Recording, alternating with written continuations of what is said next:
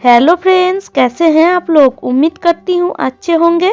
तो फिर से मैं आपके लिए कुछ ऐसा टिप्स लाई हूँ जो आपके घर के कामों को बहुत ही आसान कर देगी, साथ ही साथ आपके पैसा और समय दोनों की ही बचत करेगी। तो चलिए शुरू करते हैं। सुबह सुबह तो सबके घर में ही भागा दौड़ी लगा रहता है। कई घरों में हस्बैंड ऑफिस जाते हैं या कई घरों में बच्चे स्कूल जाते हैं, और इन्हीं भागादौड़ी को आसान करने के लिए हम रात में ही आटे को गूंथ कर रख देते हैं। पर सुबह जब इस आटे को निकालते हैं इन सर्दियों में तो बहुत ही सख्त हो जाती है। अगर आपके साथ भी ऐसा होता है तो आप क्या कीजिएगा, एक तवा या फ्राई पैन को इस तरह गैस पर चढ़ा दीजिए और थोड़ा सा पानी देकर पानी में जब इस तरह उबल आ जाए तब आप इस आटे को इस तरह पानी के ऊपर रख दीजिए। बस 1-2 मिनट आपको रखना है और 1-2 मिनट के बाद आप देखेंगे आपका आटा बिल्कुल सॉफ्ट हो जाएगा। तो उम्मीद करती हूँ ये टिप्स आपको अच्छी लगी है। अगर आपके पास चाकी बेलना ना हो और आप रोटी बनाना चाहते हैं तो बहुत ही आसानी से आप रोटी को बना सकते हैं। तो इसके लिए आप ले लीजिए इस तरह एक थाली और आप आटे को गूंथ कर इस तरह हाथों में थोड़ा सा गोल शेप दे दीजिए, और जैसे हम रोटी को सूखे आटे लगाकर बेलते हैं इस तरह आप सूखे आटे लगा लीजिए और थाली के ऊपर इस तरह देकर थोड़ा सा हाथों में इस तरह प्रेस कर दीजिए। और ध्यान रखिए जो आप आटा गूंथ रहे हैं वो आटा थोड़ा सा सॉफ्ट होए। बस और एक थाली ले लीजिए और इस तरह थोड़ा सा आप प्रेस करेंगे तो आपका आटा बिल्कुल रोटी के जैसा ही शेप में आ जाएगा। कई लोग घर से दूर काम के लिए बाहर रहते हैं या स्टूडेंट पढ़ाई के लिए बाहर रहते हैं, तो इस तरह बिना चाकी बनने से ही रोटी को बेल सकते हैं। और अगर रोटी सेकने के लिए तवा या पैन ना हो तो इस तरह आपके पास कुकर हो तो कुकर में ही बहुत ही आसानी से आप रोटी को बना सकते हैं।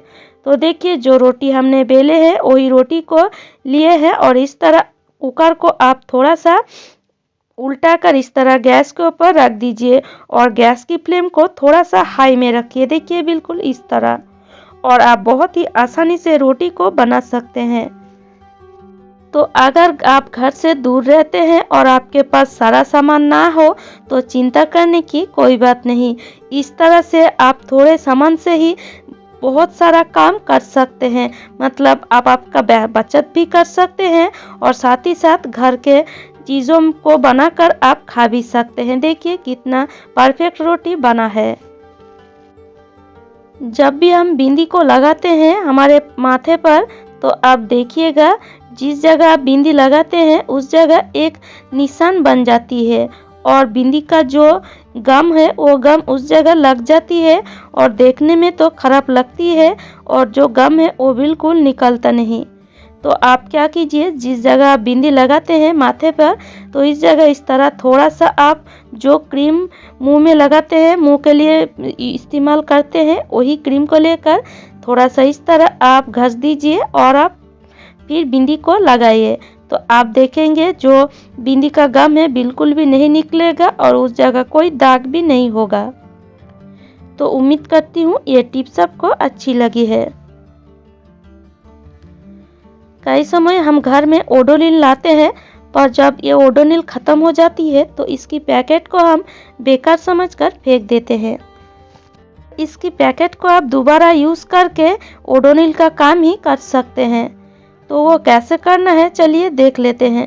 तो इसके लिए आप ले लीजिए 4-5 इस तरह फिनाइल की गोली और इस ओडोनिल की पैकेट में डाल दीजिए और आप ले लीजिए कौन सा भी पाउडर, जिस पाउडर आप घर में यूज़ करते हैं या आपका कोई पाउडर है जो डेट फेल हो गया है उसी पाउडर का आप ले सकते हैं। और इस तरह इस ओडोनिल की पैकेट में दोनों चीज़ों को डालकर आप इस तरह बाथरूम में टांग दीजिए तो आपका ओडोनिल का काम करेगा। इस ठंडी या सर्दी में तो हमें इस तरह मोटा जैकेट या स्वेटर को लगातार पहनना पड़ता है, और जब हम इस तरह मोटा स्वेटर और जैकेट को लगातार पहनते हैं तो ये गंदा भी हो जाती है और एक बैड स्मेल भी आने लगता है। पर हम चाहे तो भी इसे पानी से तो नहीं क्लीन कर सकते हैं, क्योंकि अगर हम पानी से इसे क्लीन करने चाहें तो इन सर्दियों में तो धूप भी नहीं निकलती है। तो ये बिल्कुल भी नहीं सूखेगा। तो आज मैं जो टिप्स आपके लिए लाई हूँ, अगर आप वो यूज़ करें तो आप बहुत ही आसानी से इस तरह स्वेटर को क्लीन कर सकते हैं या जैकेट को क्लीन कर सकते हैं। इसके लिए आपको पानी बिल्कुल भी नहीं चाहिए। तो लीजिए आप थोड़ा सा खाने वाला सोडा और थोड़ा सा पाउडर, दोनों चीज़ों को एक साथ मिला लीजिए और एक चाय छन्नी ले लीजिए और इस तरह चाय छन्नी लेकर आप पूरे स्वेटर या जैकेट पर इस तरह आप छन्नी के द्वारा डाल दीजिए। तो छन्नी लेकर आप इस तरह ये काम करेंगे तो बहुत ही आसानी से पाउडर और खाने वाला सोडा पूरे स्वेटर और जैकेट पर आ जाएगा, जिससे आपका क्लीन का काम बहुत ही आसान हो जाएगा। तो आप ले लीजिए एक मोजा, जो पुराना मोजा आपके घर में पड़ा रहता है उसी मोजे को लीजिए और इस तरह हाथों में पहनकर आप पाउडर और सोडा को इस तरह घस दीजिए। इससे क्या होगा, जो पाउडर सोडा हमने दिए हैं वो पूरे जैकेट के अंदर जाएगा और जो गंदगी है वो बिल्कुल बाहर निकल आएगा। तो इस तरह पूरे जैकेट या स्वेटर पर दे दीजिए और इस तरह देने के बाद आप एक बर्तन में थोड़ा सा गुनगुना पानी ले लीजिए और अगर आपके पास शैम्पू हो तो थोड़ा सा आप इसमें डाल दीजिए। थोड़ा सा ही डालिए, बहुत ज़्यादा नहीं। थोड़ा सा डालने के बाद शैम्पू को आप पानी में अच्छी तरह मिला लीजिए और एक सूती का कपड़ा या तवा लीजिए और इस तरह पानी में डुबाकर आप बिल्कुल पानी को निचोड़ दीजिए और इस तरह आप इसको फैला दीजिए और ले लीजिए कुकर का एक ढक्कन और कुकर का ढक्कन को लेकर इस तरह तवाल को या कपड़े को बांध दीजिए ढक्कन के ऊपर और इस तरह से आप थोड़ा सा घसेंगे तो आप देखेंगे इस कपड़े में पूरा मैल आ जाएगा।